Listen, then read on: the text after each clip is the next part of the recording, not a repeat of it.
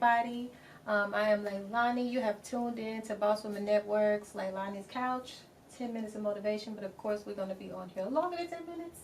I have Miss Erica here today, and she's going to tell you all about herself. We're just going to have some fun, have a whole little conversation. So, Miss Erica, tell us who you are and the name of your company and everything you do. Yeah, so thank you so much for having me. Yes, thank you for coming. Yes, so I'm originally from California, from the Bay Area to be exact. I was living in Atlanta for like over a little bit over a decade, and then recently stepped out on faith and moved to Houston. So I am here now. However, I came on a different assignment other than a work assignment, but full-time I am a publicist and marketing expert. I do PR, which is public relations for fashion and beauty brands, the hospitality sector, franchisee owners, and athletes. Pretty cool. So I have to say, how did you leave California, then want to go to Atlanta? Then how did you leave Atlanta and want to come to Houston? Yeah, so in full transparency, a month and a half before I moved to Atlanta, my grandmother had passed away.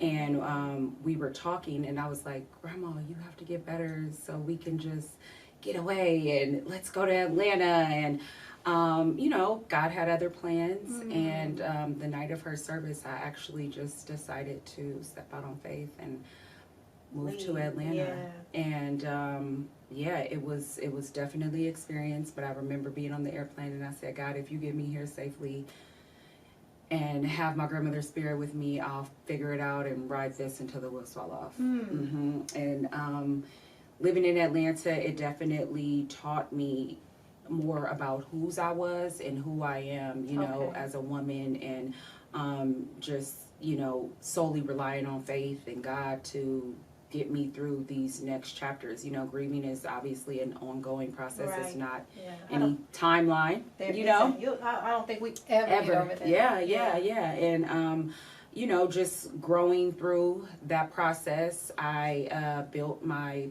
business there. I did some amazing things, and you know, I don't know if you've ever felt like you've just reached a cap in your life, and I just felt like I had outgrown that chapter and that location, and another faith walk. And during COVID, I was in my home one day and I was just like, okay, God, I want more.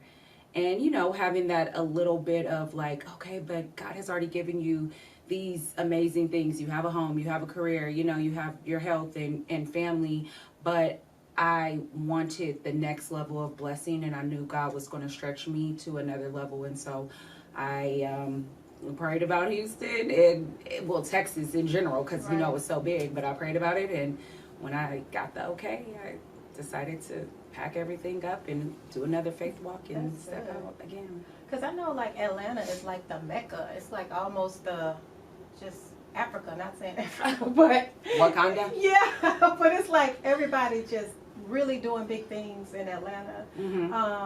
How was that as far as like the competition? I mean, I know it's a lot of women that's just really doing great things out there in Atlanta. What was that like? Was it harder out there, or is it better here? You know, for me personally, because I know, like I said, whose I am and who I am. Right. I didn't even have competition in my vocabulary. I've always been very driven, self-motivated, disciplined, and always used God as my primary resource. You know, when it came to just getting direction and really trying to be obedient, to just ask, what is it that you want me to do, you know, and trying to be able to listen, because sometimes we will do our own thing and he will reel us back in and remind us of who you need to be really following, you know. So for me, it wasn't so much about me thinking it was a competition, and I hear the Atlanta is the Mecca of this and that, but I feel like honestly the Mecca is whatever you make it, you know. There's no peak on my ceiling. So I have always just been that type of woman and just applied that to my daily life. There are a lot of good women, businesses, executives, 9-to-5ers, entrepreneurs that I've met in Atlanta and still have phenomenal relationships with, and I'm so thankful for that. That's good. However, like I said, I've never felt like I was in a competition with anyone but myself. Right. Well, I don't mean that type of competition. Oh, okay. Like, just like it's so many women that's doing really great things in Atlanta and maybe having a hard time finding your place because there's so many other. Not saying you're completely like competing or anything like that. No, finding my place. Again, like for me, because I've always known what I wanted to do, I just figured like wherever I was, that's where the grass was going to be green. You know what I'm saying? Right. Like, I love that. Yeah. You know, so I feel like I can go really to Africa and make it. And I can go to the country and make it. You know, like it's wherever I am. It's a subjective mind frame for me. It's always kind of been that like I'm just optimistic. And that's why I was able to move to Texas and not know anybody here either and figure it out because that's just my mind frame. I wasn't scared or thinking like, oh my God, how am I going to do this? And I really came to Texas hoping that my forever husband or something was going to be here. Okay. I was already doing my job, you know, career wise. And I was like, oh, I can do this from home and I don't have to see people. Like, okay, well, let me also be intentional the same way I have been with my career. Let me redirect that energy too towards this next chapter too, which was more of my personal life. I get it. You know what? I don't even need these questions. We're gonna have a conversation. Before I go into my next question, I would love for you to explain, because a lot of women are trying to find whose they are and who I am. So break that down. Tell me about that. Yeah. What do you mean by that? When I say whose I am, it really has to do with my relationship with God, my spiritual relationship, my faith.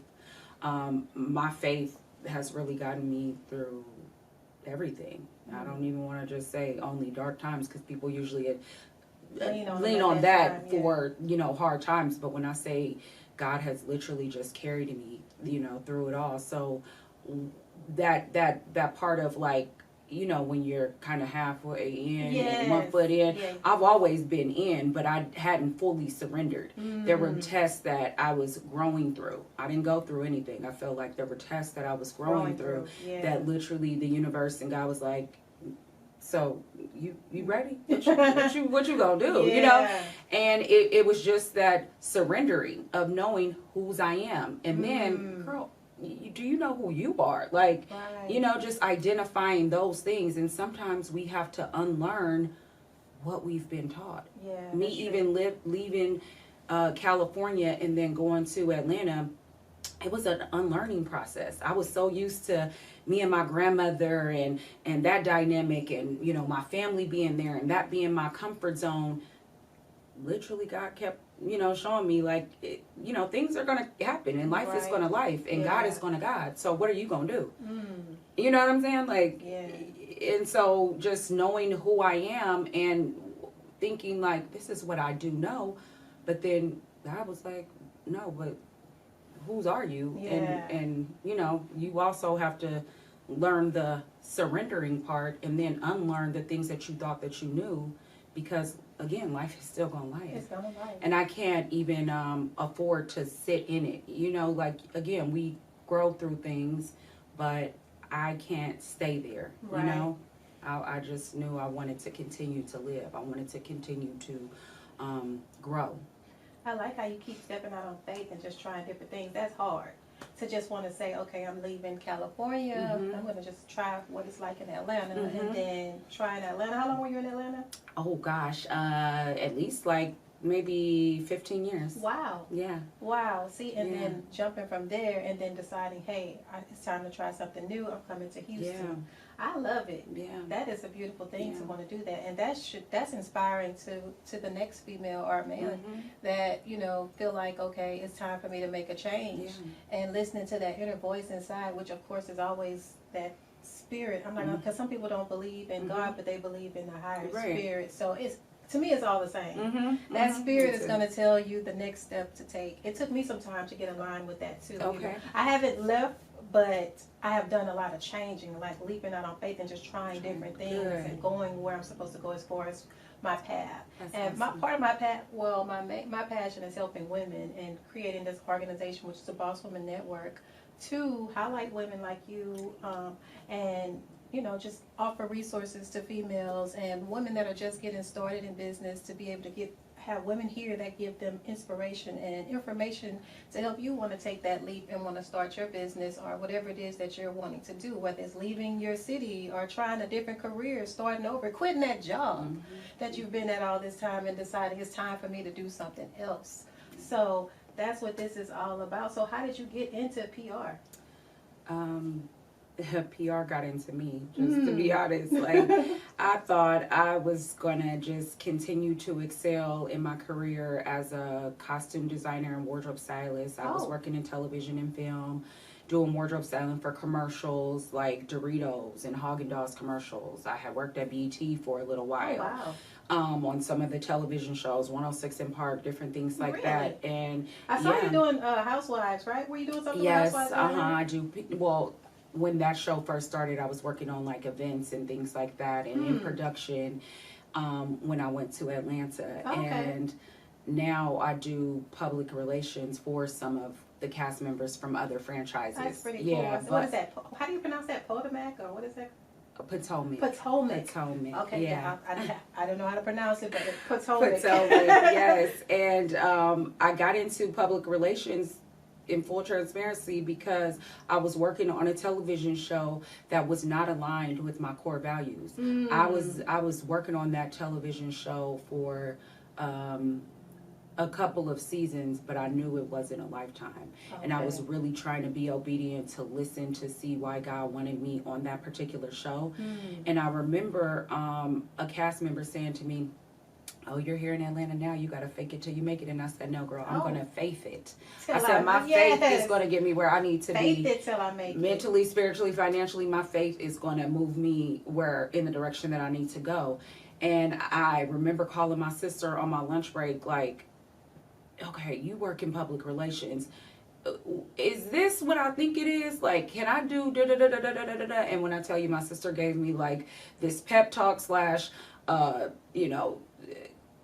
like informational session on what public relations really was and the different sectors and what I can do. And I was like, "Oh, okay, yeah, I got this." I was like, "Okay, so I'll specialize in this type of clientele. You specialize in this. You do our back office. I'll get the clients." And within a weekend conversation, we had the business, the LLC, the website, and I had clients. And my sister and I, 9 years later, have still been in business. I would say 10 years total, just because I was doing it, but then I was also like the first year still trying to figure out the trial and error and just how it was going to go and things like that. But we've been in public relations and have scaled and have opened up other businesses and different things like that. And is she here? No, my sister actually lives in Montgomery, Alabama. Oh, wow. Yep, she's married. She has a husband, beautiful family, and also a venue space. She and her husband opened up a venue space called Venue 901 in Montgomery, Alabama. Cool. Yeah, you have to come down there. You have to check it out. A conference or something. Yes, do something with the boss women network. Yes, let's speak that into existence. Can definitely do that. Yes, yes. Do your podcast from there. Yes, I love it. I could totally see you. Yeah, excelling there. Yes. All right. No, seriously. So, I see you said did you have a nonprofit organization as well? So I am on the board member. I'm a board member of several nonprofit organizations. Okay. Yes. So one in particular is the Young Belle Project, where they work with inner city girls who have aspirations to be in the fashion industry, beauty industry. And Tiffany Brown, who is the founder of that organization, she is really instrumental in building young women up and just helping them with whatever they aspire to do. So she really gives them like hands-on experience, allowing them to meet women like you, like myself, other, Are they in Houston? No, they're actually in Atlanta. Oh, okay. And then the Landing, I'm new to that organization. I'm not on the board, but one of my girlfriends, Sandy, is on the board, who introduced me to it. And that organization is phenomenal in helping women in Houston who have experienced sex trafficking and things like that. So I definitely want to do whatever I can to bring more like awareness to it and help these young women who have, Yeah, that's a big thing apparently in Houston, and yeah, I guess because we're so close to the border and all this other stuff going on. Yeah, and the stories scary. have been. Do you actually be afraid to leave out of your house, because they're not just getting young girls, right? They're getting women like me and Yeah, you taking them. honestly, I'm not afraid, because again, I can't even allow myself to. I'd You be know what I'm saying? terrified. I'm not gonna lie to you. But I also cross my T's, dot my I's. I have my phone. That's always like my sister family knows my location. Like I am a person who will cross my T's, dot my I's, double cross. Yeah. And again, we can't live like yeah. But I also can't control the crazies that that the world has to offer. So I don't want to like scare myself out of going out, but I also want to do the necessary things to be precautious and make sure somebody knows where I'm at all times. That's true. Yeah, so black women out here, ladies, make sure you cross all your T's and dot your I's before you leave the house, because we're so close to the border. Yes. And there's so many things going on with women being just taken. Yep. So be careful out there. Make sure somebody always knows your location. Yes, turn on your location. Turn on your location. So, do you help businesses with funding and things like that? Is that a part of your PR? I don't. So our job as a public relations firm is to make sure that the narrative being told to the media is the correct story. Okay. So, oftentimes you see, different things on the news, different things in magazines, different things on blogs, different things on podcasts. I really make sure and am very hands-on and instrumental about making sure that the narrative that you see about my clients is the right story. Right. So oftentimes you see different things about different people and it's untrue, and so if you don't have the right team behind you, hence a publicist behind you, then sometimes anybody could just say anything, and lose yes, you could lose deals, business, sometimes your family. It just depends on how crazy things kind of spin. That's true. For example, this situation with Jay-Z that just came out. Did you see that? They're trying to accuse him of rape. So I'm sure he had to have a publicist to step in to help gear that situation. Did you see that his writing? Do you think that he wrote that, or do you think that it's a situation where a publicist probably helped and kind of guide that situation? I think that he wrote that, and I think that also he has an amazing team behind him too, who will help him. Even just something like that, being accused of something like that. Major. Of course, you're in disbelief that that's even somebody's even accusing somebody of that. So I'm pretty sure he wrote it. However, there were maybe some key people that were instrumental in making sure that he was able to articulate exactly what he is saying. Because sometimes when somebody is accusing you of something, you're ready to just go to war. However, it's a good thing too to be able to lean on your trusted wife or husband or your publicist or manager to help you reel in what it is that you really want to articulate to land correctly with the public, because sometimes you only have one chance to even respond. That's true. So I mean, it definitely was disheartening to read that and they will. I don't think Jay-Z did but so I was just using that as an example. A publicist can step in, even though he probably wrote that himself, had a little help, but sometimes a publicist will go in there and make sure everything is cross those T's and add that little, but it seemed like he definitely got it across, whomever wrote it, but it would, Okay. So if someone wanted to hire you as their publicist, what are the steps? So they would actually go to our website, which is thebefirmpr.com, or on Instagram. Our Instagram handle is thebefirmpr. And they would click the link where it says to book consultation and click our link to book a consultation. And then you talk to either myself or my business partner, and we have a consultation to see if we're a good fit with each other. Okay. What is that? Do you have different packages that you offer, or is it just a one set fee? I know it can't be a one set fee because everybody needs different things. Right. I know somebody told me something about a retainer fee. Yes, it's a retainer. Yeah. It really just, that part comes into play after we have the consultation. So I'm really able to assess what the client's needs are. Sometimes people have event activations that they need a publicist for, or day of, or PR for the day. We even have like a la carte services that we're able to assist you with your needs. But then we normally have campaign cycles, which are 4 to 6 month campaign cycles that we work with clients on. We're going to be right back, so stay tuned. Sign up for the Boss Elite package today. Unlock exclusive benefits designed to elevate your brand and presence. Free one-page website feature in one interview, and guest host 3 segments of the BWN podcast. 1-hour monthly session at the Content Creator Lounge to shoot your content, 1-hour consultation on how to start and shoot your podcast. Your name, photo, and logo featured on the BWN website, and more. Ready to take your business to the next level? The Boss Elite package is your key to building your brand and expanding your reach. Join now and become part of a powerful network of boss women.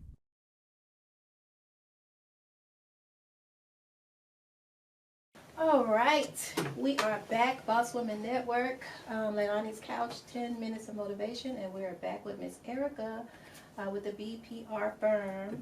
The B firm. PR. She does public relations. So I've spoken with different businesses that have public relation firms, and what I've noticed that everybody are focused on different things. Okay. So PR is pretty much really broad. Some people may just focus on events. Some people may just focus on getting you placed on interviews for your businesses. Some people focus on getting your brand, like reorganizing your brand, because you may have it out there, but it's not reaching the audience because you don't have it set up properly. Are you doing all of those things, or are you just focused on one area?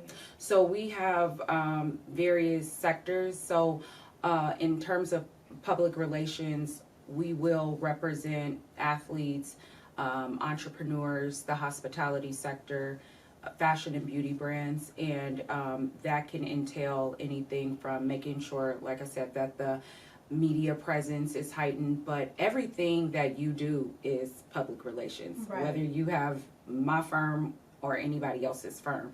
What you're doing today, being intentional, how you carried yourself, so I always tell people, you're already your own publicist. Nobody can represent you better than you can represent yourself, even though I stand 10 toes down on what we do. However, you should always want to carry yourself and present yourself in the top of the top when it comes to your brand. So you already have that. However, to go back to what it is that we do provide those services. However, we aren't someone who will just take on any particular client. In my 20s, I did a lot of like damage control stuff. As a 40-year-old woman, I like people who have bad times. I like people who do not have to worry about the damage control stuff, too much of that. I'm not a personal assistant. I'm not 24-hour access. I have an office hours and things of that nature. So I'm very selective in what type of clientele we represent. Okay. Yeah. That's good. Yeah. And when you said the restructuring of like sometimes your business, that's more of like a brand manager or somebody who's a consultant. Okay. PR also for me is not only getting you in publications or getting you interviews and things like that. It's also making sure you are connected to the right people. You are doing things on the outside too that continue to highlight your brand in the right manner, because also people buy into people. Right. They do. So sometimes you have to get in front of the people in order for them to then believe in what you're building. That's true. So I'm not a woman too who is going to wait for a journalist to say, yes, I want to interview Leilani. I'm going to bring the journalist to Leilani and let her see you in your element, in all your glory, and let her feel your authentic and genuine spirit. Oh, I like that. You get what I'm saying? So you sometimes got to create your own seat at the table. You can't wait on that, and that's still part of PR for me, because before there was Instagram and Twitter and Threads and all these other social media things, people were building real connections. Right. You get what I'm saying? And there were Sunday dinners had, and there were real events where you can invite people to your home. You can't do that now. No. But, there were still ways to build authentic relationships, and I try to just stick back to those basics that my grandparents and my great-grandparents enriched me with, and I I'll stick to that script. Well, that's good. Yeah. I'm And it's definitely into that. yeah.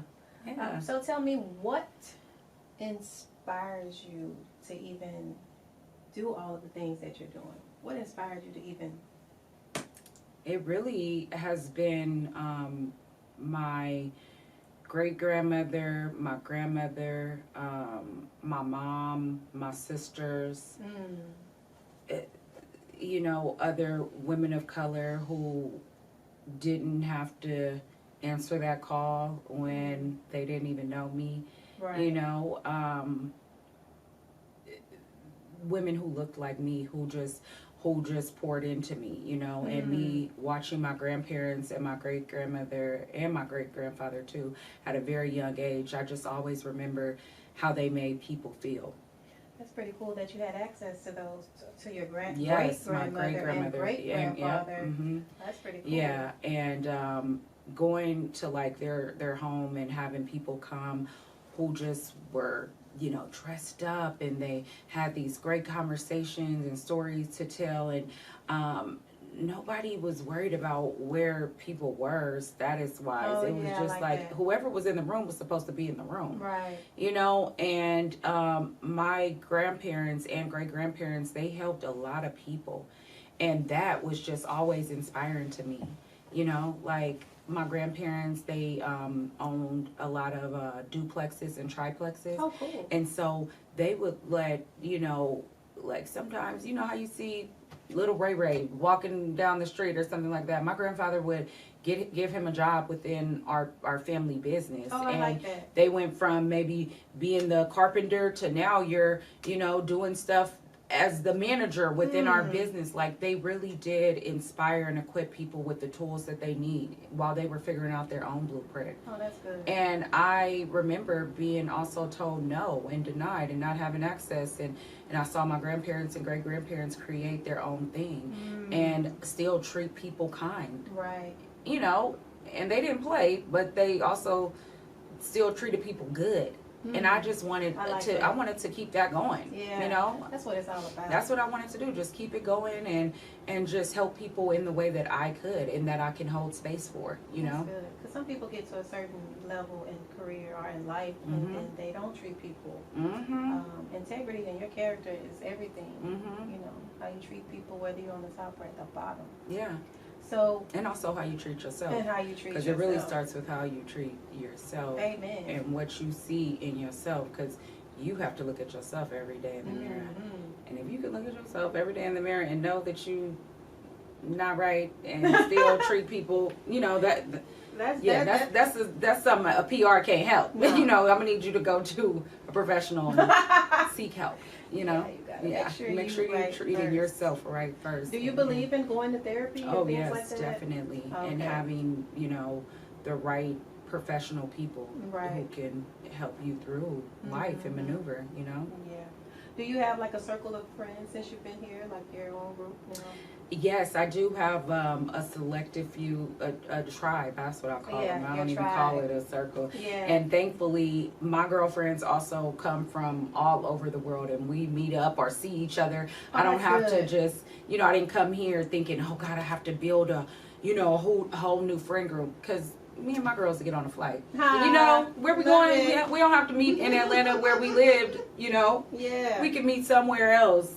LA, New York, Tokyo, we going out of the country. Where we meeting? Whoa, you been to Tokyo? I haven't been yet. I'm supposed to go, yes. In June. Oh, yes, cool. yes. I have a friend who lives out there, and I can't wait to go. Oh, wow. So I'll just go out there. I meet my friends wherever they are. That's what's up. And they meet me too. So I'm thankful for that. Love it.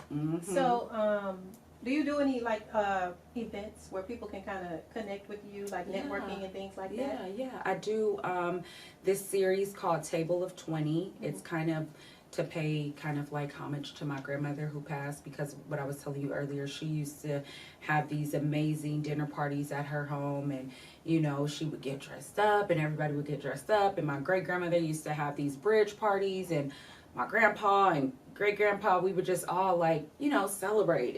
And like I said, now you can't bring everybody to your house. Yeah. So I teamed up with different venues, and I actually host my own experience called Erica's Table of 20. Okay. And 20 people, men and women, are selected to attend, and we just have a good time. We fellowship, cool. we pour into each other, we eat family style, you know, sometimes if I don't have like a private chef doing other things. But yeah, we eat, we fellowship, we pour into each other, we just have a good laugh, good conversation. Sometimes it might be tears, whatever, but whatever the energy of the room is flowing us to discuss and talk about, we talk about it. It's nothing off the table. We just have a good time. Is this like a VIP thing? Like everybody is VIP. Okay. However, yes, I have had, you know, different celebrities there, different people of all different walks of life, actors, you know, different people. But everybody is at the table. There's no, oh, you sit over there and can't have access to Leilani. Oh, okay. Leilani's in right here. Yolanda is sitting right here, who's on the shy. Right. And, you know, like, nobody's feeling like they gotta. Oh, that's good. It's everybody's at the table. So how would someone be able to get access to have a seat at the table? So, they would follow Table of 20 on Instagram, and it's honestly, I post the invite, and people will inquire, and then my team and I, we kind of just do any, mini, money, mo, and select the 20 people, you know? And yes, there are like certain tickets that I know, like, oh, okay, I have to have X, Y, and Z there that I will reserve. Okay. But anybody from all different walks of life can come. Like I said, men and women, you do have to be over 21 to attend, because we do have libations. But I'm going on our 49th Erica's Table of 20. Oh, wow. Yeah, so we've hosted it at Neiman Marcus in Dallas, the Galleria here, San Francisco, LA, New York, Miami. Yeah. That sounds fun. Is there a fee or anything? Yes, it is a fee. It varies. So when I drop the date for the next one, for the 49th one, there will be a fee attached to it. But it usually ranges from anywhere from $150 to $350. So yeah, $150 to $350. You never know who's going to be in the room. At first, I used to tell who was in the room, but then I'm like, no. Because if you're in the room, you're supposed to be there. You're just as deserving. However, yeah, you might be sitting next to somebody who is a celebrity, who's an actor, who is your new business partner, who's your new BFF, who might be your new husband. You never know. Yes. You know, I wanted to take that whole, like, this person is going to be there off the table, because I just want people to genuinely want to be in attendance. I love that. Mm-hmm. My husband and I were planning on doing something like that. Okay. Just have a seat at the table. Yes, but do just, it. And not telling people who's going to be there. Yeah. So we're still in the planning and the thinking of it and how we're going to do it or whatever. But we definitely were in talks about doing something. Well, I'm reserving my ticket today, so I need a seat at the table. I will already be supporting. Send me the link. I'm definitely coming to yours. Yes. Well, I'll be bringing my husband. Okay. As well, Yes. You know. Yeah. But yeah, so before we get out of here, because I won't hold you too long, what would you say to inspire some young girl that would want to get into the career field that you're in? I would say start by starting. You know, don't allow the knowledge or experience of anybody else discourage you from doing what you have a desire to do. You know, I am not formally trained in public relations in terms of, like, I didn't go to school for public relations. That was not on my vision board or a bingo card. Right. You know, like, PR chose me. Right. And it happens, you know. And so if you have aspirations to get into public relations, I would say get a mentor, do some internships, hit us up if you need advice. I would say start by starting, though, you know, and set your intentions and block out the noise, you know, block out the noise, do what you desire to do, and just start by starting. I love it. Mm-hmm. That is definitely my motto. Just step. Start by starting. Just step. Because A lot of times people think they have to have all the tools, Yeah. all the contacts, just Mhm. everything right away to get started, when all you have to do is start and take a step, and then God will take the next step. Definitely. And Yeah. I am a firm believer and a living example of that within myself. Yeah. So before we get out of here, how do we find you? Your website, Yeah. your Instagram page, Mhm. things like that. Yeah, so again, you guys can follow me on Instagram. On my business page is the Be Firm PR, and it's THE, B as in boy, F as in Frank, IRM PR. My personal page is Erica D 1010 10 10. Yes, I had to think about many 10. Oh, wait a minute. I know, 10 because my birthday is October the 10th. Oh. And then, yeah, on that, and then my website is the Be Firm PR. Also, I have a book. Oh, It's cool. called Faith It Until You Make It. I love that. It is a book full of inspirational quotes that have inspired me along my entrepreneurial journey. You can pick that up on Barnes & Nobles, Walmart, Amazon, or even just our website, the BeFirmPR. Never forget that. I love Faith It Till You Make Faith It. It Until You Make It. It is a coffee table book, so you can have it right I there. on the love coffee it. table. I will definitely get it and put Yes, it here. thank you. I will definitely do that. Thank you. Well, okay. Well, we are thanking you for tuning in. Thank you, Thank you. TikTok, for tuning in. Thank you. Boss Women Network. Until next time, bye. Bye.